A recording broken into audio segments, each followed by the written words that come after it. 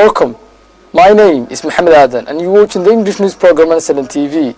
Here are the main stories making headlines. President of Somaliland attends Eid prayers at Grand Mosque. Vice President of Somaliland attends Eid prayers at Ibrahim Dara Mosque. Iran due to open nuclear talks with the West.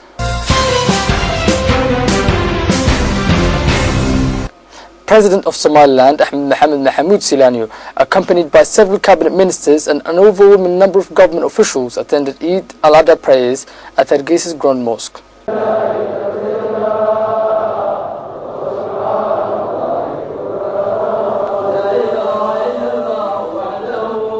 President of Somaliland, Ahmed Silanyo, accompanied by a senior delegation of top government officials, prayed Eid al-Adha prayers at Grand Mosque.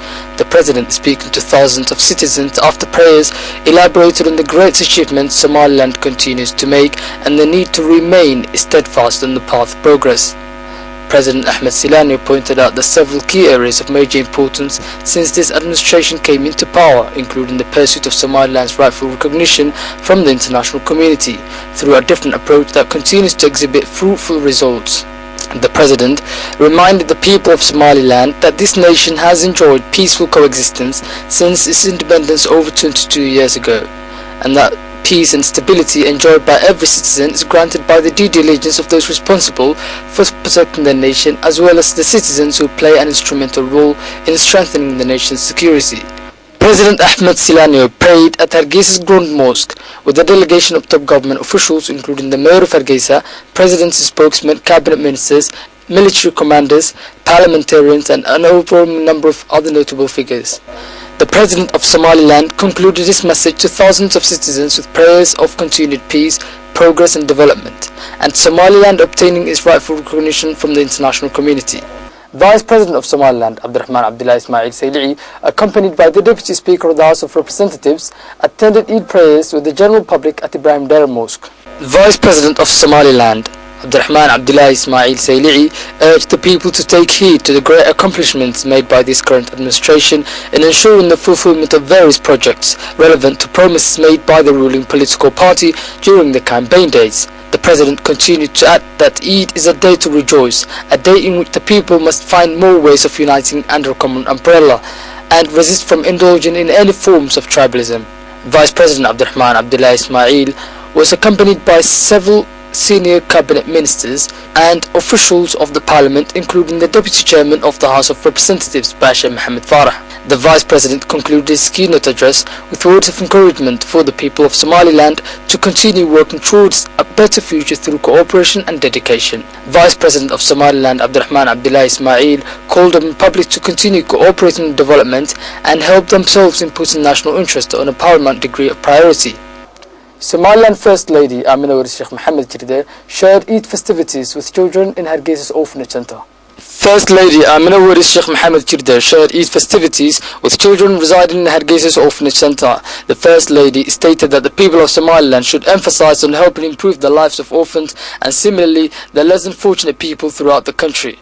Director of the Orphanage Center, Aisha Mahmoud Ghalib, commended the efforts of the First Lady in contributing to the betterment of orphans' lives and her dedication for helping improve the lives of those residing in less unfortunate conditions. Somaliland First Lady Amina Waris Sheikh Mohammed has been participating in supporting children in Hargeysa's Orphanage Center through providing fund and other necessary equipment. Chairman of the House of Representatives, Abdurrahman Abdullah Irro, conveyed a message of congratulations to the people of Somaliland on behalf of Eid festivities. Chairman of the House of Representatives, Abdurrahman Abdullah Irro, attended Eid prayers at Ahmed Dayak district, conveying congratulations to the public of Somaliland and the Muslim people residing throughout the world on the Eid al-Adha festivities. I pray that Allah accepts the Ramadan we completed, the good acts and intentions we sought good deeds for, and that we are granted the opportunity to reach next year's Eid al-Adha in good health, peace and prosperity. The chairman conveyed a message to Somaliland citizens stating that it is undeniable that the country is showing progress in several sectors. He added that through genuine cooperation, commitment to excellence and hard work, Somaliland's economy and employment opportunities will surge as expected. Chairman of the House of Representatives, Abdurrahman Abdullah Irro, conveyed a message of congratulations to the citizens residing within the nation and abroad. hoping for them and all the Muslim people throughout the world to reach next year's Eid festivities in good health and peace and prosperity. Other esteemed guests at the event included Jamal Ali Hussein, the presidential candidate for the opposition political party, UID. He conveyed a congratulatory message to the people of Somaliland to cooperate and show coherence to ensure that the country is consistently on the right track to attain its rightful recognition. This is the English news program broadcasted live to you from our studios in Hargeisa. Now for the international headlines in detail.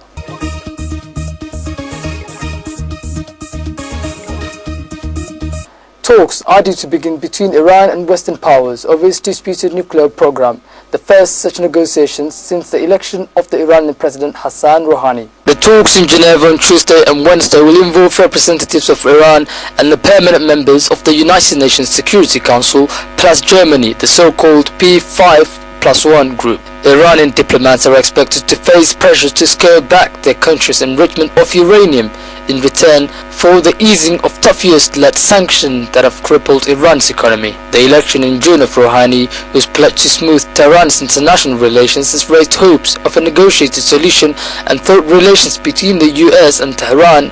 Rouhani said in New York last month he wanted to deal with the P5+1 within 3 to 6 months. The US and its allies suspect Iran is seeking to develop the capability to make nuclear weapons. Iran denies this, but its refusal to curb sensitive nuclear activity has drawn tough international sanctions. Since 2006, Iran has rejected UNSC demands that it halt uranium enrichment and has continued to expand its nuclear fuel program, leading to increasingly harsh sanctions. Hopes of a negotiated settlement of the dispute were raised last month when President Barack Obama and Rouhani spoke by telephone, the highest level US-Iranian contact since Iran's Islamic Revolution in 1979. Washington and Tehran haven't had diplomatic relations since 1980.